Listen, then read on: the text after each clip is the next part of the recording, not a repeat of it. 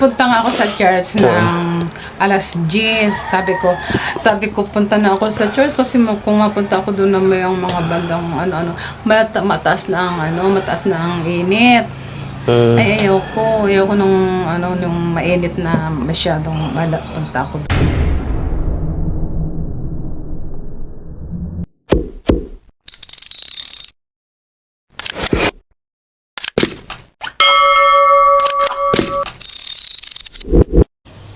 Isang pinagpalang araw po mga kaagapay. Ako nga po pala ang inyong lingkod, si Kaagapay JM. And welcome back po sa ating munting channel, Kaagapay Vlog. Please like and share and subscribe sa ating munting channel. Maraming salamat po in advance mga kaagapay. Pasensya na po sa boses natin ngayon. Kasi hanggang ngayon, inabot po tayo ng sipon, ubo. Hindi po masyadong nakaka-recover. Sakit sa ulo mga kaagapay. Anyway, pupunta po tayo dito kay Nanay Merna. Kamustahin natin si Nanay Merna.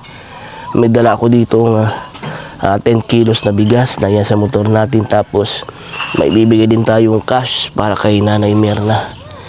And shoutout nga po pala kay Ma'am Flor. Ayan, si Ma'am Flor ay isa sa mga sponsor po natin na napakabait at sobrang pinasalamatan po natin. Maraming salamat po Ma'am Flor sa walang sawang pagtulong po sa mga kababayan natin mga nangangailangan. At higit po dyan sa lahat, kahapon po sobrang thankful po kay Ma'am Flor kasi dumadaan po tayo ngayon sa sobrang depression po. Nung nakaraan po, 2 araw yata po akong hindi naglabas ng kwarto kasi depress po ako na sobra sa nangyayari po. Nung kahapon, parang nabuhay-buhayan po ako. Nagpadala po si Ma'am Flor, tapos nagbigay din po siya ng pandagdag sa puhunan natin sa fish pan saka sa baboy. I thank you so much po Ma'am Flor. Bigla akong nabuhay-buhayan mga kaagapay. Akala ko iniisip ko kasi nung time na yun, nung depress ako, kung anong nagawa kong kasalanan, kung bakit ganito ang nangyayari sa amin.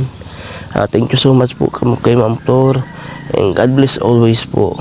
Dahil sa kanya makakapagsimula na kami ng aming naisip na negosyo, yung pagbababoy at pag-aalaga ng mga isda at pispanan. Yun lamang po mga kaagapay. I love you all, stay safe and God bless. Yan, kunin na natin tong bigas. Yeah.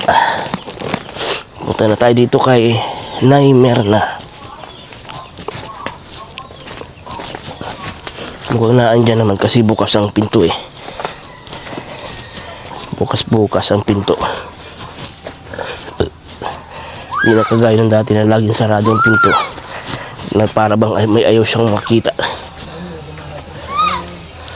Oh, naka-aura. Nay, pasok po. May dala akong bigas na yun.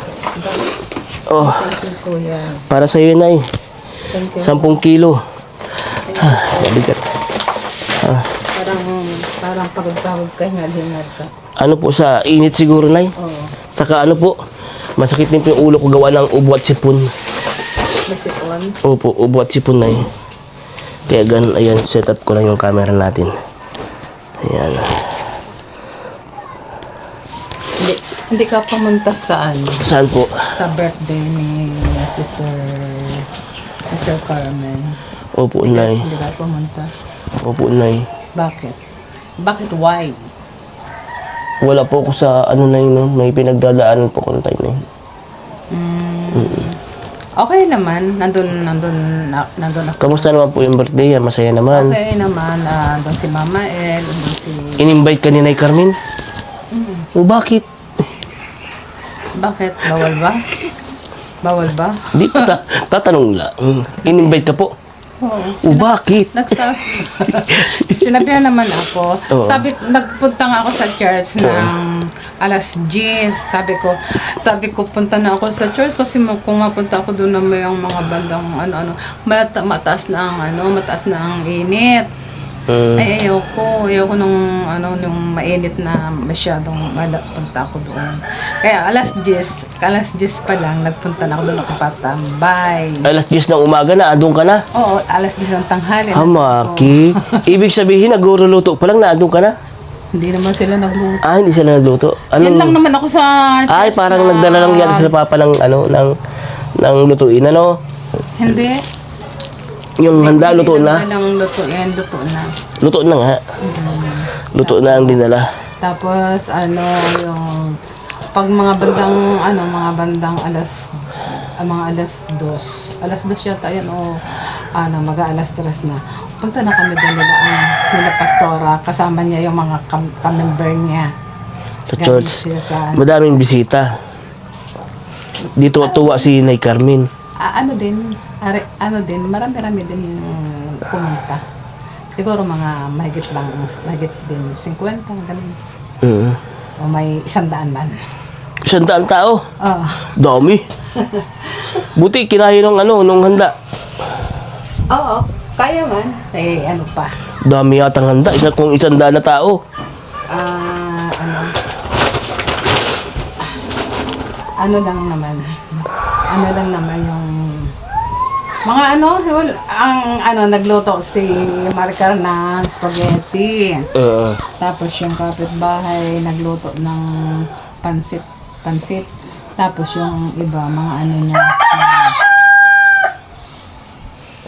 Mga kakanin. Mga, dito, yung mga, may tikoy, may puto, may balisuso. Kaadimuhan din naman. Nailan na. Naharangan ka ng itik pan. Ayan. Dito ka para na yan. Kaya galingan mo po. Oo. Kumusta na? Okay lang po, Nay. Kahit paano, nakakasurvive. Excuse me. Inuubo ka na naman Opo. pati. Sa halo po, ubo sipon. Ako pag gabi hindi dito natutulog. Nasa mahigit na 1 linggo akong natutulog doon sa kapatid ko. Kalahati Elsa? Kasi si Elsa. O bakit? Kasi si Elsa wala dyan. 1 linggo na si Elsa wala dyan. Bakit po? Andoon siya sa urban, sa Alawihaw. Alawihaw, kamag-anak niya. Kasi may patay sila. Yung anak ng kapatid niya, patay. Bukas ang living. Pamangkin niya. 56. Kung anak ng kapatid niya, pamangkin niya. Ay, paano ba yan? Ay, oo. Nag-loading pa talaga. Pamangkin niya. Kung pamangkin niya yung namatay. Ang nanay noon, tsaka si Elsa, magkapatid. Ayaw nga, pamangkin. Oo, pamangkin. Pamangkin. Kaya pala wala siya doon. Kamusta man ang pagtutulog mo doon? Ay, okay man. Okay man ang ko doon. Sabagay, close man na kayo nila Jaira, di ba? Nung kailan yun, kaya ako napatulog doon dahil noong time na nagkwento yung kapatid ko. Bago siya maaksidente, nagkwento yung kapatid ko. Sabi ng kapatid ko, nung galing siya sa trabaho. Tapos, naglalakad lang siya pauwi, inaakay niya yung bike niya. Kasi noon, time na yun, maputik. Putik po. Dahil panay ang ulan, naputik. Hindi pwedeng, niya yung bike niya. Kaya inaakay niya. Tapos sabi niya sa akin, nagkwento, akala niya normal lang yung tao. Nung papalapit na siya, may nakita siyang tao dito sa Bakanting Lote. Nakita siyang tao dyan sa kabila. Diyan daw galing sa may balon. Yung inigibang ko baga dati. Oo. Diyan galing. Katakot. Tapos tumigil dito daw. Ang kwento nila pastora sa akin, nandito raw sa may pintuan ko. Yung tao na yon, itim ang damit niya na nakaluhod daw dito sa may pinto ko na nakaganon. Nakaluhod na nakaganyan. Para wag yung style, ano ba yung sa Muslim? Muslim, parang style ganun, Muslim, nakaluhod, nakaharap dito sa may pintuan ko, tapos nakaganon ang ano. Yun ang ano kwento sa akin ni Lila Pastora. Tapos nung makakausap ko yung kapatid ko, hindi naman totally talaga sa may pintuan mo. Diyan daw o sa may puno ng ugob. Bakit ano po yun? Ano daw yun yung sinasabi nga, sabi nga daw multo. Ay, may multo sa bahay ni Nainier na. Ay, wala naman multo. Wala multo dito. Wala ditong nagmumulto. Wala ditong nagkataon lang yun siguro. Nagkataon lang siguro yun na gumala siya. Ay, Kaya pala ayaw magtulog dito. tapos dyan daw, nakita ng kapatid ko, dyan daw nakaupo sa may puno ng ugob. Kunay ang suot ay itim na nakaganon daw dyan sa ganun. Kaya nung time na yun, para baga akong inanuhan din. Para akong natakutan din na Kaya ang ginawa ko, doon ako natulog sa Kalatel sa... parang na time ano eh. Tapos nung time na sabi ng kapatid ko, sabi ni Elsa, doon na daw ako matutulog. Sa pansamantalang samahan ko yung kapatid ko dahil nga daw wala nga sila nasa urban may patay nga. Sabi ko, oo, sasamahan ko. Nakakatakot naman pala yung kwento mo na may multo pala di sa bahay mo. Wala yun. Hindi ako naniniwala doon. Yung pag mag-isa ka dito, nanay, na halimbawa gabi, may maririnig ka na, may iniwi si nanay sa bahay. Minsan, nakahiga ka bilang may maririnig ka. Uyo. Gabi-gabi. Sino yan? Diba, wala bang ganon? Wala. Tapos wala yung pakiramdam na parang minahawak sa buhok mo, walang ganon. Wala man. Tapos nung nakaraan ng ilang araw, natulog na ako dito. Kumusta po? Sinubukan ko ng yung mawala na yung nervous ko. Wala naman. Normal lang, kagaya nung dati. Mapayapa naman. Walang ganun. Daan lang yun. Nung nangyari yung gabi, 2:00, meron akong na dito sa may tapat ko dito, ang ingay ng aso, ang aso dyan, ang ingay, tapos yung isang aso, galit na galit. Ganun yung aso. Sabi ko, may tao. Sabi ko, ganun, may tao. Dito sa may tapat na dito. May tao, sabi ko. Tapos nung medyo siguro nasa kalahating oras yun, ganun yung aso ingay, tapos galit yung isang aso galit. Tapos nung matagal-tagal na, wala na, umalis na. Ando na, naran yung pag yung may parang naninindig yung balahibo ko. Natakot ka. Parang hindi man takot, parang yung nervous lang din gano'n. Ano kaya? Totoo? Kasi minsan parang may naano sa balahibo ko parang naninindig ang balahibo ko. In Jesus name! Dumas ka! Sabi ko gano'n, yung parang sa pangalan ng Panginoon Diyos, lumayas ka, wala kang karapatan. Gambalain ako. Sabi ko gano'n. Yan na, talaga posibleng hindi matira po talaga dito ang multo. Na hindi po matira talaga dito ang multo. Bakit? Kasi aawayin mo na, papalayasin mo. Di ba, Nay? Talagang hindi matira dito ang multo. Ganun ako, ko. In Jesus name, sa pangalan ng Panginoong Jesus, lumayas ka dito. Huwag mo akong gambala, hindi kita kailangan. Sabi ko gano'n. Yung parang batara yung dating talaga. Gano'n. Kaya, nawala naman na. Okay na. Pagkakagabi, doon ako natutulog. Tapos pag 7 na ng umaga, nauwi na ako dito. Nauwi ka na. Dahil sinasamahan ko din yung kapatid ko, dahil naawa ko sa kapatid ko. Yun ang kapatid ko. Kamusta na ang paa ni Kuya Aldin? ano naman, maayos-ayos na naman ako. Naiakbang niya na. Oo, nailalakad na niya. Ano naman, okay naman okay naman na yung paan. Maigi naman. Okay na naman na. Maliit na yung yung dati niyang sugat dito sa binting ganito, wala na, magaling na. Wow, congrats. Oo, magaling na, wala na dito. Yung dito na lang nga sa Yung sa bago dito na. Oo, yung bagong na aksidente, yun na na-fracture lang. yung buto Pero niya. yung maliit na siya. Mm. Maliit na yung sugat. Kaya naman na siya. Katuwa naman, okay lang yung Sabi nga niya kung pag naggaling nga daw yung paa niya, babalik na siya sa trabaho. Babalik na din daw siya sa trabaho, sabi niya. Sabi ko, mahirap din. Walang income, wala kang sariling pera. Sabi ko gano'n sa kanya. Mas maganda yung... Ganun kasi yung kahit paano may trabaho ka, may pinagkukulang ka ng source of income. Siya. Iba rin yung may pinagkukulang ka kahit paano.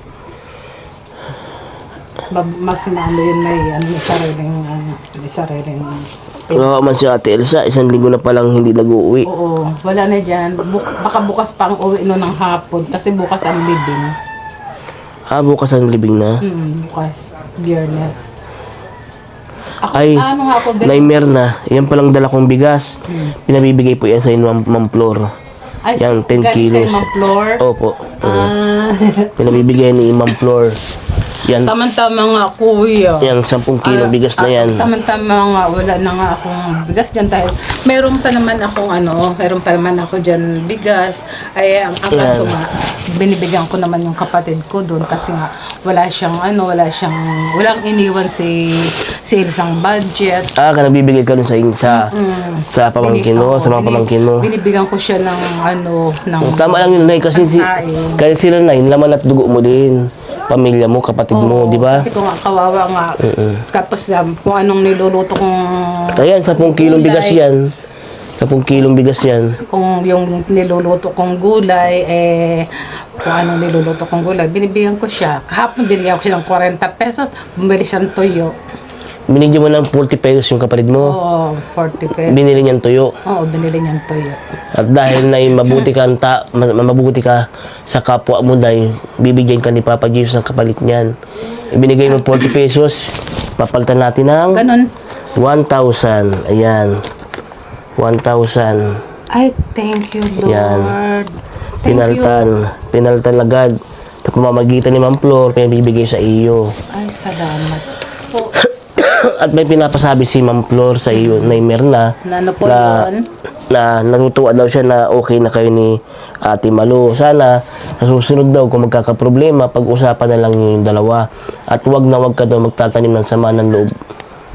Naimer na pinapasabi ni Ma'am Flor. Yun na nga ang yun na nga ang nung mag-birthday nga sabi Ni ko Nay Carmen. Oo, nagkabati nga kayo, di ba? sa sarili ko lang nga, okay na sa akin yun na hindi na nga sana kami magbati. Pero si Ninong maano talaga. Anong tawag doon? Hindi ako tinantanan. Tama lang yun, Nay. Hindi ako tinantanan ni Ninong, tawag doon. Alam mo, Nay, hindi kasi okay na may kagalit ka sa kapwa mo, lalo't kapitbahay mo na magkalapit kayo. Alam mo, sinabi nga ni Ma'am Flor, matagal man din daw baga naging mabuti sa'yo si Ate Malu. Yun na lang, Naimer, na isipin mo, di ba? Yung mga panahon na iniintindi ka ni Ate Malu, mga panahon na kailangan mo ng tulong, nandiyan si Ate Malu, tinutulungan ka, di ba? Alam mo naman yun sa sarili mo, di ba, Naimer, na kahit paano, alam mo naman may nagawa ng mabuti sa'yo sila Ate Malu. Ang sa akin, kuya, kung para din yun, nagbabalik lang din siya sa akin ng kabutihan. Kasi may nagawa rin naman ako sa kanyang kabutihan. Kasi nung time, ikwento ko na, nung panahon na yun, sa akin nagmula ang Ang ano po? yung pag-alis ko ng Mantigbi, na umuwi ako dito sa Bibiraw. Pagkatapos, yung sabi ko nga, Lord, sana po, hanapin ako ni Ninong, sabi kong gano'n. Nung mag-pray akong gano'n, nagkataon talaga na pumunta si Ninong dito. Hinanap talaga ako ni Ninong. Tanong-tanong siya dyan. Saan ang bahay ni Nayer na magtanong-tanong ka po dyan at nandiyan po, sabi gano'n. Tapos nung time na yon kay Elsa ako nakikipanuluyan. Sinabi ni Elsa, na sabi rin ni Elsa, yan, vlogger yan. Tinutulungan niya si 9 year na. Ngayon, nang malaman ni Marilo na vlogger si Ninong, inanunan siya. Umano na rin siya. Lumapit na siya doon. Pumunta na siya doon sa looban. At ano na nga siya na ang sabi niya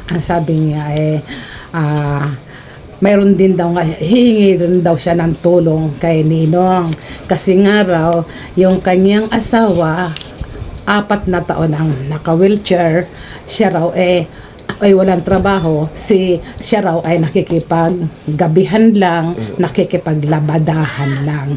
Kaya po hihingi po ako ng tulong. Kung gusto niyo po akong tulungan, sumama po kayo sa bahay. Dahil para po man niya makita niyo yung asawa ko na naka-wheelchair. Umpisa doon, ako ang pinagmulan ng ganitong, kaya sila nakilala ni Ninong. Ako ang pinagmulan dahil nung umalis ako sa Mantig. So ibig sabihin Nay, yan po ang nasa isip mo kung bakit mabait sa'yo sila Ate Malo. Yan ang nasa isip mo. Kumbaga parang bumabalik lang sila ng kabutihan, ganun. Oo. Kaya ginagawa nila na mabuti sa'yo. Oo. Sabi ko, ako ang naging daan. Kaya sila, nakilala nila si Ninong at nakilala din sila ni Ninong. Kaya sila na natulungan ni Ninong at na vlog sila na ganito ganyan kaya na tulungan. Kaya ako dahil sa ako ang naging daan, kaya parang nag-aano rin sila sa akin ng kung hindi sa iyo na hindi kami makikilala ni kabarangay, hindi kami mabablog, hindi kami matutulungan, walang makakakilala sa amin sponsor na katulad ngayon ay natutulungan sila. May mga sponsor na nakakapanood sa kanilang kaya natutulungan sila ng sponsor. Pero para sa akin po, Nay, kung ako po ang tatanungin, opo, tama ka din sa sabi mo na ikaw yung naging way kaya nakilala sila. Tama naman po, kasi ikaw yung naging paraan para makilala sila. Pero, yun po Nay ay, sabihin natin, faith na din po kasi yun. Kumbaga kapalaran na rin nila na sa mamamagitan mo, kapalaran na rin nila na makilala sila. Kasi madami na kami mga binablog po na may mga kapitbahay, mga kilala namin, pero hindi man po sila na-vlog. Kano pa talaga, kapalaran din po talaga ng tao. Na. Kung talagang kapalaran nila, may iba-vlog sila. Nakilala nga sila ni kabarangay. Yun Dahil nung time na yon, wala pa ditong pumapasok na vlogger. Wala. Nung time na yon. Mula nang umalis ako ng Mantigdi, bumalik ako din sa Bibiraw. Yon, doon nag-umpisa. Doon nag-umpisa ng nagkaroon dito ng mga may mga nakaalam dito na ay vlogger pala yan. Sabing ganun. Vlogger pala. Baka pwede kami makahingi ng ng tulong, ganito, ganyan. Yun. Kasi kung sabi ko nga, kung hindi naman din kung hindi rin naman ako sa akin na nagkaroon ng hindi man talaga sila makikilala. Sige po Nay, bali Nay ha, mapunta na rin po ako ha. Thank you. Thank you so much. Gusto ko lang din magpasalamat kay Ma'am Flor again. Thank you so Hi, much kay Ma'am Ma'am Flor. Flor. Ma'am Flor, maraming salamat po pala sa binigyan ninyong tulong sa akin. Sa lahat po ng tinutulong niyo po sa akin. Sasalamatan ko po yun. At saka po kay Kaagapay GM. Tsaka po do sa nagkasundo na rin po kami ni Malo. Sa totoo lang, Ma'am Flor, ako po ayaw ko po ng may kaaway. Kaya lang po, minsan po dumarating yung time na may tao talagang hindi natin maiwasan. May tao talaga na gagawa ng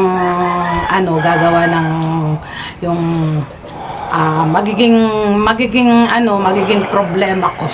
Kaya po nagkakaroon ako ng kaaway. Pero kung ako po ang ayoko po na may kaaway. Kasi pag may kaaway ka po, wala naman po akong mapapala dyan sa mga ganyan na Tama, wala ka mapala sa away-away. Oo. Ayan po, Ma'am Flor. Bali, Agnimer nga, punta na rin po ako, ha? Sige. Salamat. Thank you so much po again kay Ma'am Flor, and God bless always, Ma'am Salamat Flor. po, Ma'am Flor. Maraming salamat po sa walang sawang pagtulong God bless po. dito kay Nanay Merna. Pagpalain po kayo ng Panginoon Diyos. Dalangin ko po na ibuhos pa po ng Panginoon Diyos sa inyo ang blessing po para Ayan. para po marami pa kayong matulungan. Yun lamang po, mga kaagapay. I love you all. Stay safe and God bless.